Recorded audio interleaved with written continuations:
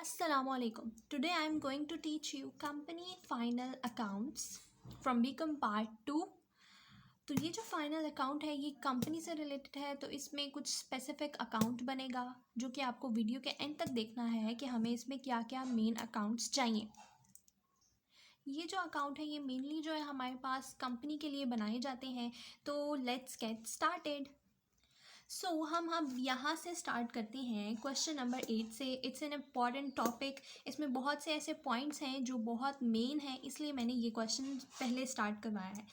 From the following trial balance of Kalam Manufacturing Company prepared trading and profit and loss account relating to 2017 and the balance sheet as at 31st December 2017। Kalam manufacturing company की जो है हमने trading profit and loss account बनाना है। सबसे पहले हमारे पास है स्टॉक। यहाँ हमारे पास ओपनिंग स्टॉक है, ठीक है। ये ओपनिंग स्टॉक है जो हमारे पास 1 जनवरी 2017 का है, तो ये हमारे पास ओपनिंग है। जो क्लोजिंग होता है वो 31 दिसंबर का होता है। तो ये हमारे पास ओपनिंग स्टॉक है, ये हम लिखेंगे। अब हम जो जो चीज़ पढ़ते जा रहे हैं वो डायरेक्ट जो है पोस्ट करते जाएंगे। तो जो ओपनिंग स्टॉक है हमारे पास, ओपनिंग स्टॉक वो है हमारे पास 75,000, ठीक है, 75,000। फिर उसके बाद बारी आती है हमारे पास परचेजेस की। तो परचेजेस भी हमारे पास ट्रेडिंग में आता है, बिल्कुल उसके नीचे, ओपनिंग स्टॉक के नीचे। यहाँ पर ही हमने हमेशा परचेजेस जो है पोस्ट करना है। परचेजेस है हमारे पास 1,65,000। फिर नेक्स्ट हमारे पास गिवन है फ्री होल्ड प्रॉपर्टी। तो फ्री होल्ड प्रॉपर्टी भी हमारे पास जो है फिक्स्ड एसेट है, तो हम डायरेक्ट पोस्ट कर देंगे। लेकिन पहले हमें ये देखना है कि यहाँ पर एडजस्टमेंट्स में हमारे पास फ्री होल्ड प्रॉपर्टी से रिलेटेड कोई एडजस्टमेंट ना हो। यहाँ पर हमारे पास फ्री होल्ड प्रॉपर्टी से रिलेटेड कोई एडजस्टमेंट नहीं है, तो हम यहाँ पे फ्री होल्ड जो प्रॉपर्टी है जो कि फिक्स्ड एसेट की हेडिंग में आती है हम वहाँ पे लिखेंगे। यहाँ पर मैंने पूरा फॉर्मेट बनाया हुआ है और यहाँ पे मैंने profit and loss appropriation account का जो है बनाया हुआ है अकाउंट। एक ये मेन अकाउंट होता है जो कंपनी अकाउंट में बनता है। फिर उसके बाद यहाँ पे मैंने बैलेंस शीट का बनाया हुआ है, ठीक है। यहाँ पे फिक्स्ड एसेट में हमारे पास आ जाएगी फ्री होल्ड प्रॉपर्टी। यह हमारे पास कितनी है, 2,16,000, 2,16,000।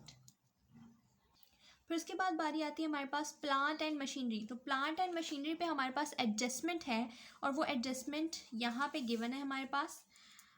प्लांट एंड मशीनरी पे हमें डेप्रिसिएशन दी हुई है 10% की। फिर उसके बाद फर्नीचर पे हमारे पास डेप्रिसिएशन दी हुई है 5% की। हमारे पास प्लांट एंड मशीनरी की दो एडजस्टमेंट्स हैं हमारे इसमें।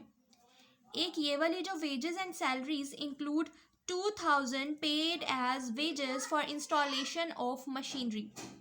2,000 रुपये हमने इंस्टॉलेशन ऑफ मशीनरी के लिए जो है वेजेस पेड किए हैं।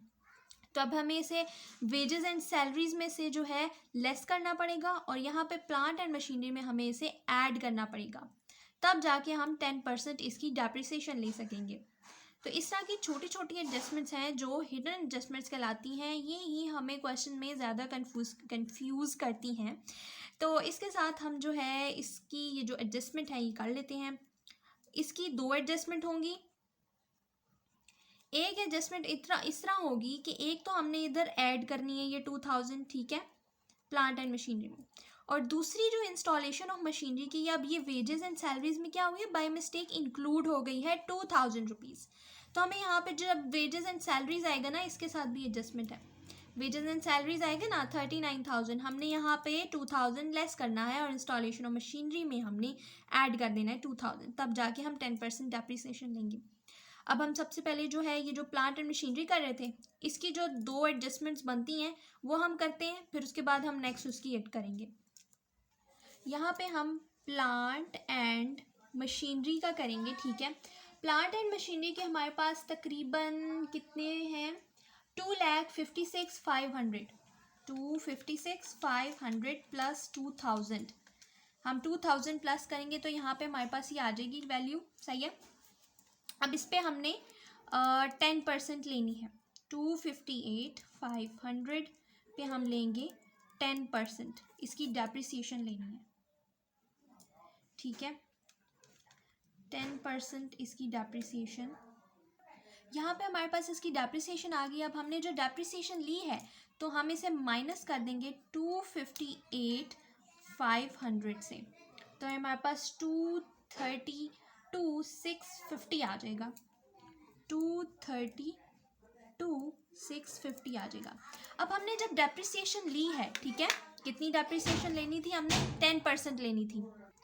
अब जब हमने यहाँ पे डेप्रिसिएशन ली प्लांट एंड मशीनरी की 10%, ठीक है, इसके दो इफ़ेक्ट्स बन रहे थे। सबसे पहले जो प्लांट एंड मशीनरी की हमारी जो एक्चुअल अमाउंट थी 2,56,500, ठीक है, उसमें हमने सबसे पहले पहला जो इफ़ेक्ट था हमारा बन रहा था 2,000, वो हमने किया, ठीक है, वो इफ़ेक्ट हमने डाला 2,000 उसमें ऐड किया, फिर उसके बाद उसकी 10% ली।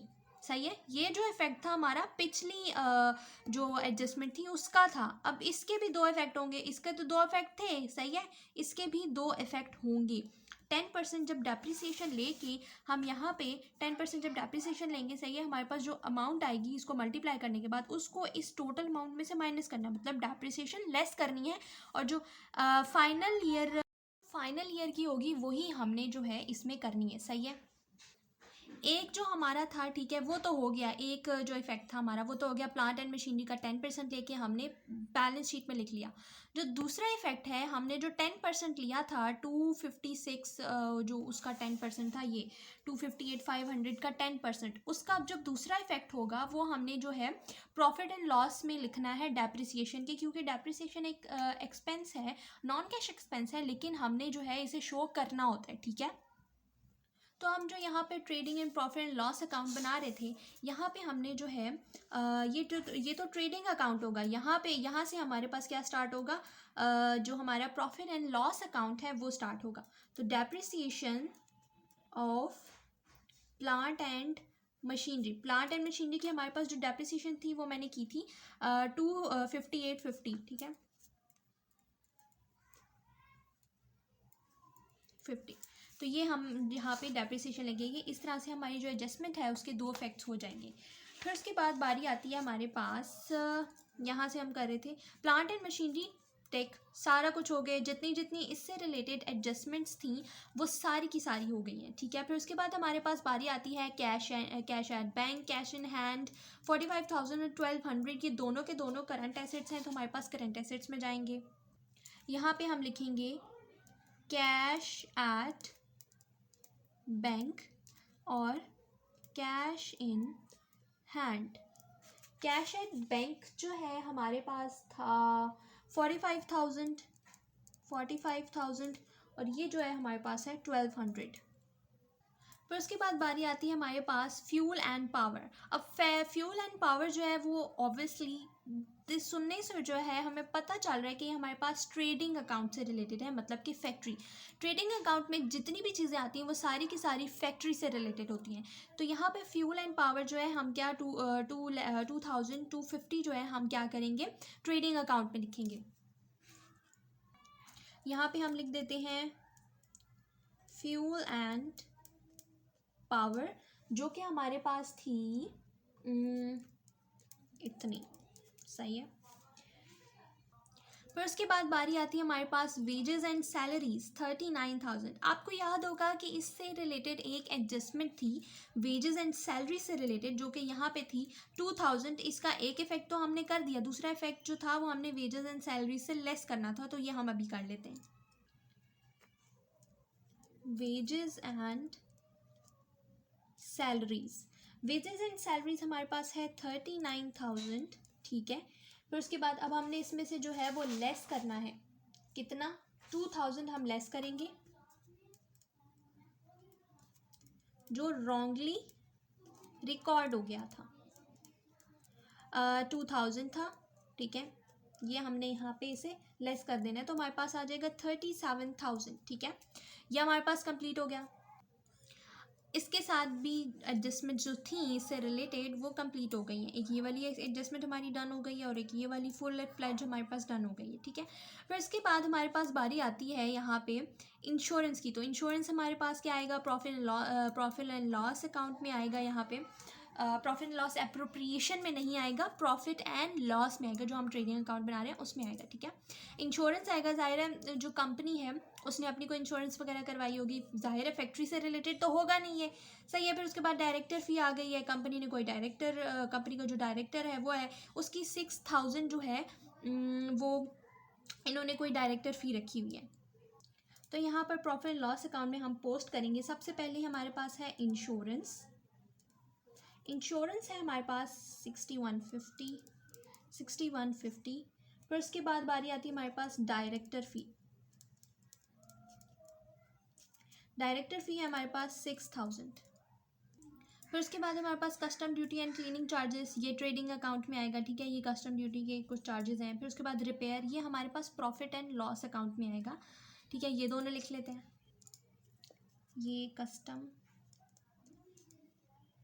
ड्यूटी, ठीक है, ये हमारे पास है 5250, और उसी के साथ हमारे पास आ जाती हैं रिपेयर्स, रिपेयर्स हैं हमारे पास 3600, ठीक है, ये आ गई हमारे पास।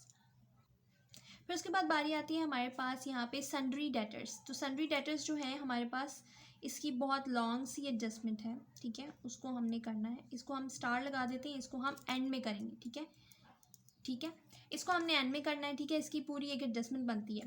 फिर उसके बाद हमारे पास सेल्स आ जाता है, तो ये हमारे पास सबसे टॉप पे ट्रेडिंग अकाउंट में आता है।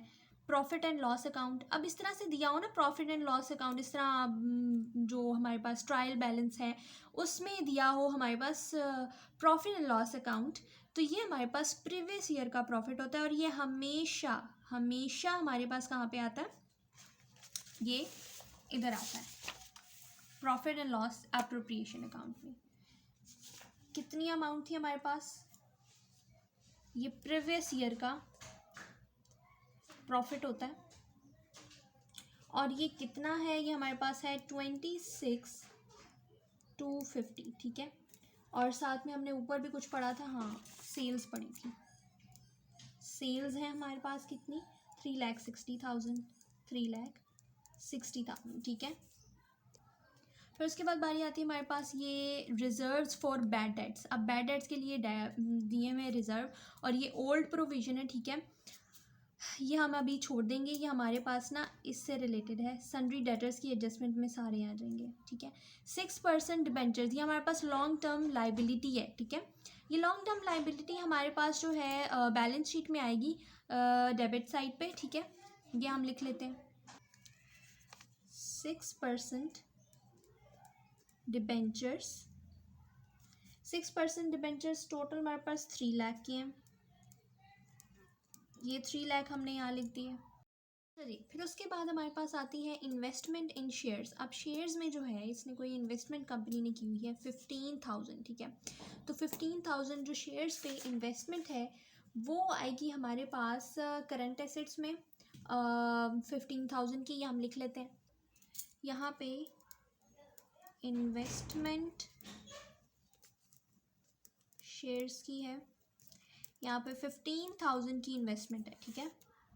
फिर उसके बाद बारी आती है हमारे पास प्रीलिमिनरी एक्सपेंसेस, तो ये हमारे पास जो है 6,000 की हैं। इस पर हमारे पास एक एडजस्टमेंट है जो कि यहाँ पे गिवन है, ये वाली राइट ऑफ प्रीलिमिनरी एक्सपेंसेस, मतलब कि प्रीलिमिनरी हमने एक्सपेंसेस राइट ऑफ करने हैं, इसकी एडजस्टमेंट है। प्रीलिमिनरी एक्सपेंसेस तो हमारे पास जो है डेफर्ड कॉस्ट होती है, जो कि हमारे पास एसेट साइड पे आती है लेकिन अब हमारे पास इसके पास जो है वो दो एडजस्टमेंट दे दिए, तो अब हम क्या करेंगे, इसे हम राइट ऑफ करके डायरेक्ट जो है वो उधर लिख देंगे, प्रॉफिट एंड लॉस अकाउंट में से डायरेक्ट लिख देंगे, ठीक है। राइट ऑफ प्रीलिमिनरी एक्सपेंसेस 6,000 थे टोटल, क्योंकि और कोई एक्सपेंसेस दिए नहीं थे इसलिए हमने सारे के सारे यहीं पे लिख दिए। अगर दूसरे और कोई एक्सपेंसेस इस तरह के दिए होते तो हम वहाँ से करंट एसेट्स से हम लेस करते, ठीक है, वहाँ से लेस करते और यहाँ पे लिखते, ठीक है, लेकिन टोटल ही यही है तो हमने डायरेक्ट उठा के यहाँ पे लिख देंगे। फिर उसके बाद बारी आती है हमारे पास फर्नीचर की। तो फर्नीचर पे हमारे पास एडजस्टमेंट बनती है। वही सेम प्रोसीजर होगा जैसे कि हमने प्लांट एंड मशीनरी में किया था। प्लांट एंड मशीनरी में जैसे हमने किया था उसी तरह दो एडजस्टमेंट्स करेंगे। फर्नीचर की हमने 5% ले लेना है और उससे टोटल अमाउंट में से लेस करके हमने बैलेंस शीट में लिखना है। और दूसरा हमने क्या करना है, जो 5% लिया होगा ना, ठीक है, उसको ही हमने प्रॉफिट एंड लॉस अकाउंट में भी लिख देना है। यहाँ पे हम फर्नीचर की कर लेते हैं। फर्नीचर की सबसे पहले हम प्रॉफिट एंड लॉस अकाउंट में करते हैं। Depreciation on furniture. अब फर्नीचर पे हमने जो है डेप्रिसिएशन लेनी है। कितनी अमाउंट है हमारे पास, टोटल 30,000 है, जिस पे हमने लेनी है 5%, जो कि हमारे पास आएगी 1500। ठीक है, अब यही 1500 हमने क्या करनी है, यहाँ पे जाके 30,000 में से लेस करना है 1500। ठीक है, 30,000 में से तो 28,500 हमारे पास आ जाएगा। फिर उसके बाद हमारे पास आता है शेयर प्रीमियम। तो शेयर प्रीमियम हमारे पास रिजर्व्स की हेडिंग में आएगा और ये हमारे पास बैलेंस शीट में गिवन होता है। ठीक है, यहाँ पे हमारे पास है ये,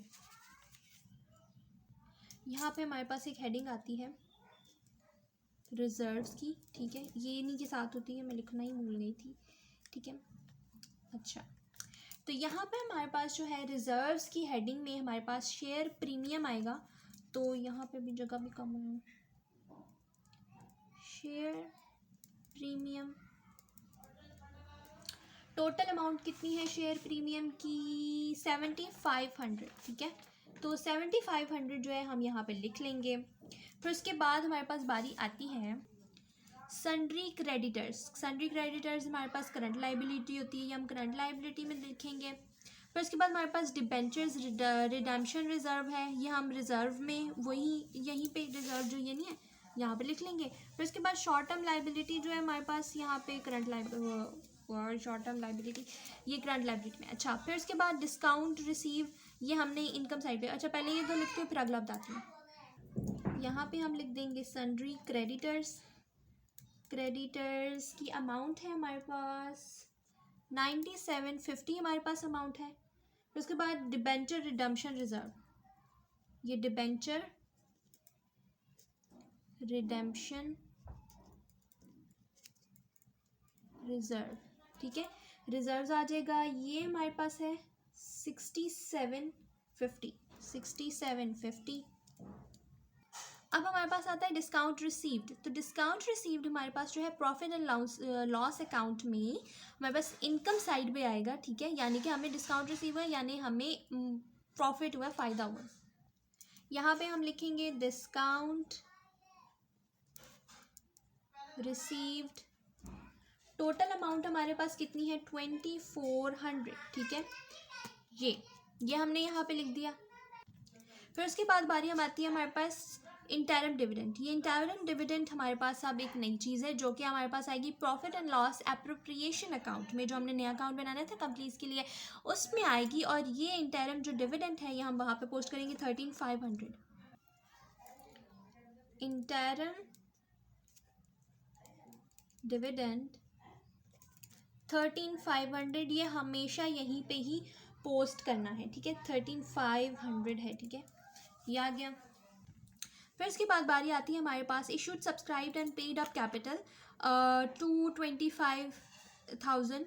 ये हम लिखेंगे issued subscribed and paid up capital में, यहाँ पे 225 ये आ गया हमारे पास issued subscribed and paid up capital.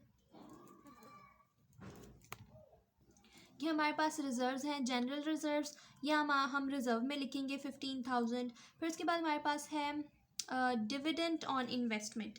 अच्छा, जो इन्वेस्टमेंट हमने पीछे की हुई थी ना, ठीक है, इन्वेस्टमेंट इन शेयर्स जो कंपनी ने किया था, अब उसमें से डिविडेंड मिल गया है तो ये हमारे पास क्या हुई, इनकम। ये भी हम प्रॉफिट एंड लॉस की इनकम साइड पे लिखेंगे। सबसे पहले रिजर्व लिखते हैं, फिर उसके बाद इनकम में ये लिखते हैं। यहाँ पे हम जो है जनरल रिजर्व्स कितने हैं हमारे पास, 15,000। ठीक है, 15,000 ये आ गया, साथ में हमें जो डिविडेंड रिसीव्ड हुआ था, डिविडेंड रिसीव्ड हुआ था इन्वेस्टमेंट से ही हुआ था, ठीक है, तो वो कितना था, 1000 था, वो लिख लेंगे। फिर उसके बाद बारी आती है हमारे पास टैक्स डिडक्टेड एट सोर्स, मतलब जो टैक्स था वो हमने पे कर लिया है, तो 120 हमने टैक्स पे किया है, तो वो करंट एसेट्स है, यानी कि हमारा एसेट है, हमने टैक्स पे कर लिया है, हमारे लिए ये एक एसेट की तरह जो है ना काम करता है, तो ये हम एसेट साइड में लिखेंगे। Tax deducted at source 120।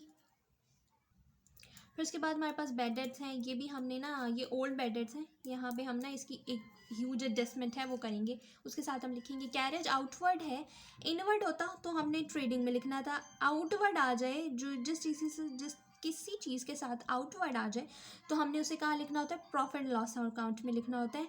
Trading में अगर आना कैरेज आउटवर्ड, ये हमारे पास है 880, ठीक है, ये हमने लिख लिया। अब हमारे पास सारी की सारी चीज़ें जो हमारे पास कंप्लीट हो गई हैं, कुछ एडजस्टमेंट्स रह गई हैं, ठीक है। अब यहाँ पे अगली एडजस्टमेंट्स भी पढ़ लेते हैं, ये वाली हमारी सारी हो गई, ये वाली भी हो गई, ये वाली भी हो गई, ये वाला हमने ना ऑथराइज कैपिटल होता है ये तो ये हम ऑथराइज कैपिटल में की हेडिंग में लिखेंगे, ठीक है। अब हमारे पास जो है यहाँ पे जो बची कुची एडजस्टमेंट्स हैं वो हम कर लेते हैं। अच्छा, अब यहाँ पे हमारे पास ये आ जाती है राइट ऑफ, ये भी हो गई, इसमें हमारे पास ये वाली हो गई, ठीक है। फिर उसके बाद ट्रांसफ़र रुपीज़ 18,000, ठीक है, 18,000 टू जनरल रिजर्व्स। अब मैंने कहा था कि एडजस्टमेंट्स जो होती हैं उनका क्या होता है कि दो इफेक्ट्स होते हैं, तो ट्रांसफ़र 18,000 टू जनरल रिजर्व्स, ये हम 18,000 ट्रांसफ़र कर देंगे। फिर उसके बाद प्रपोज फाइनल डिविडेंड, पहले हम ये वाली ट्रांसफ़र 18,000 करते हैं, सबसे पहले हम इसे जनरल रिजर्व्स में ट्रांसफ़र करेंगे, ठीक है, ये हमारा कंप्लीट हो गया तकरीबन, तो ये जनरल रिजर्व्स ये यहीं पे लिख देती हूँ, ठीक है, आगे जगह नहीं है। 18,000 यहाँ पे ट्रांसफ़र जनरल रिजर्व्स, ठीक है, ये 18,000 है, ठीक है, मैंने यहाँ पर छोटा सा करके एडजस्ट कर लिया है क्योंकि अभी मुझे शायद और चीज़ें लिखनी हो, तो अभी मैंने 18,000 यहाँ पे लिख लिया है। इसके अब मैंने कहा था दो इफेक्ट्स होते हैं, एक यहाँ पे आएगा रिजर्व्स वाली हेडिंग में और दूसरा यहाँ पे आएगा 18,000 ट्रांसफ़र जनरल रिजर्व्स। अब हमारे पास बारी आती है प्रपोज फाइनल डिविडेंड 10% और इक्विटी शेयर कैपिटल। अब हमारे पास जो paid up issue share capital था, इशूड सब्सक्राइब में पेड अप कैपिटल, ठीक है, उसका 10% लेके अब हमें दो इसकी एडजस्टमेंट्स करनी है, एक profit and loss appropriation account में आएगा और एक करंट लाइबिलिटीज़ में आएगा, तो ये हम कर लेते हैं।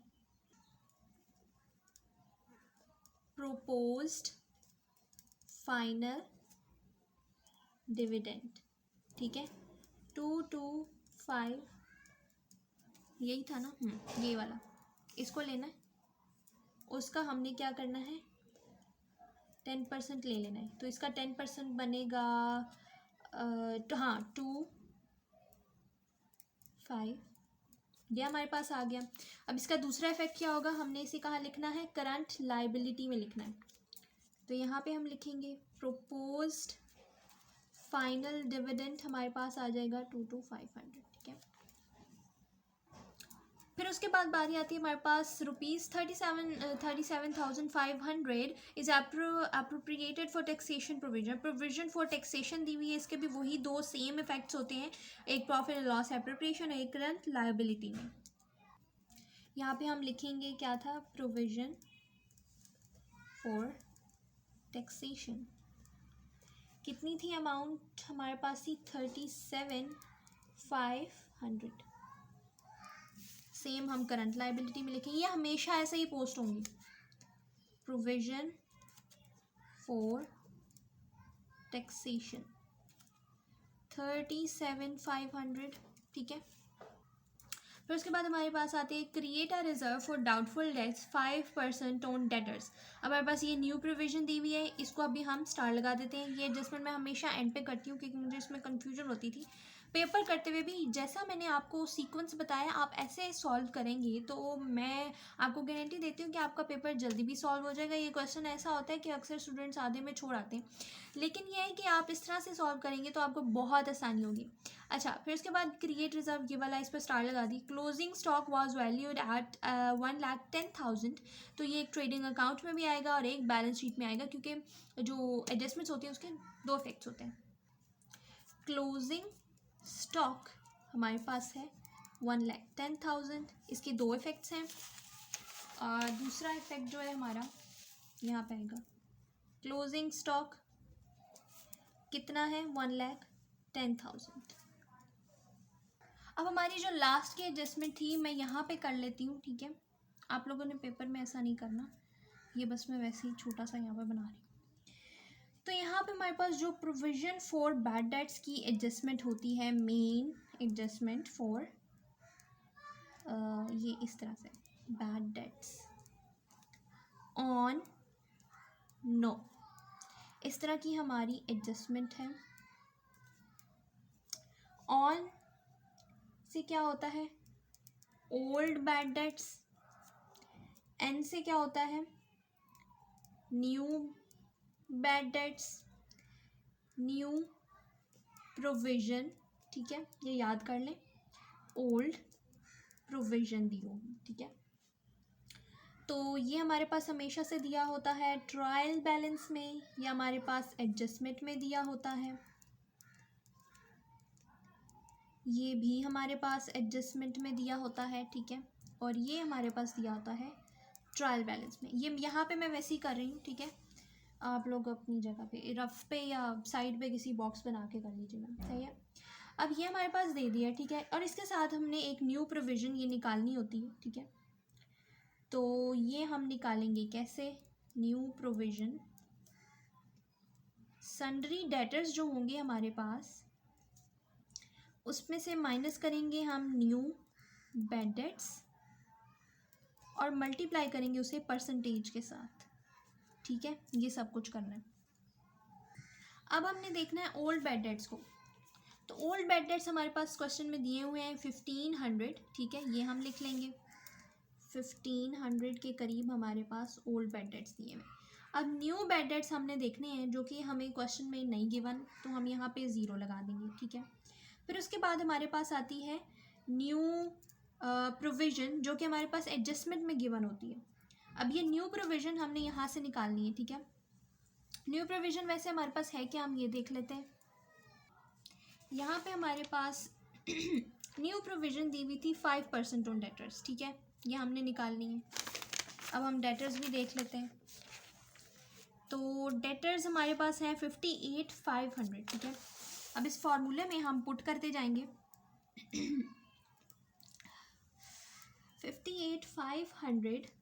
अब यहाँ पे हमारे पास न्यू बैड डेट्स तो दिए नहीं है, तो वो जो कि 0 है उसमें हम परसेंटेज करेंगे 5%, ठीक है। इसको हम कैलकुलेट कर लेते हैं तो हमारे पास 2925 आ जाएगा, सही है। 2925 ये हमारे पास फाइंड हो गया है 2925, ठीक है। अब ओल्ड प्रोविजन जो कि हमारे पास ट्रायल बैलेंस में ही गिवन होती है, यहाँ में हमारे पास क्वेश्चन में दी हुई है। यहाँ पे हमें कोई दी हुई थी, हाँ ये provision for bad debts, reserve for bad debt, ये प्रोविजन होती है, ओल्ड प्रोविजन होती है 1800 की, ये भी हमारे पास गिवन है, ठीक है।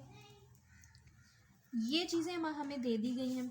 अब एक चीज़ याद रखनी है कि ये हमारे पास हमेशा ऐड होगा, ये भी ऐड होगा, और सिर्फ ये हमारे पास क्या होगा, लेस, यानी कि बाकी सारे ये आपस में ऐड हो जाएंगे और सिर्फ हमने लास्ट वाला जो है क्या करना है, लेस कर देना है।